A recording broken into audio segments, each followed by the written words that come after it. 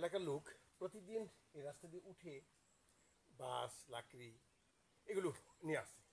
কিন্তু দেখেন, চিন্তা করে আপনারা, আমি উঠবো আবার নামবো, আর সাথে থাকুন। এটা কিন্তু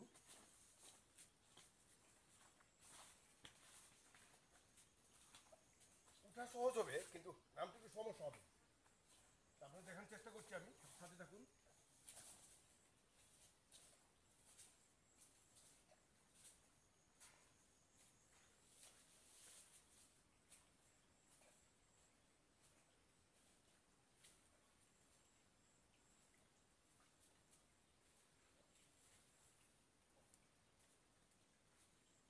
উপরে চলে এলাম।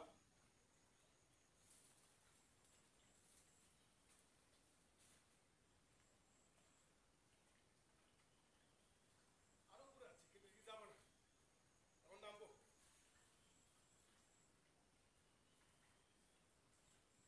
যখন বাস লাকড়ি নামে তখন কি অবস্থা হতে পারে চিন্তা করি।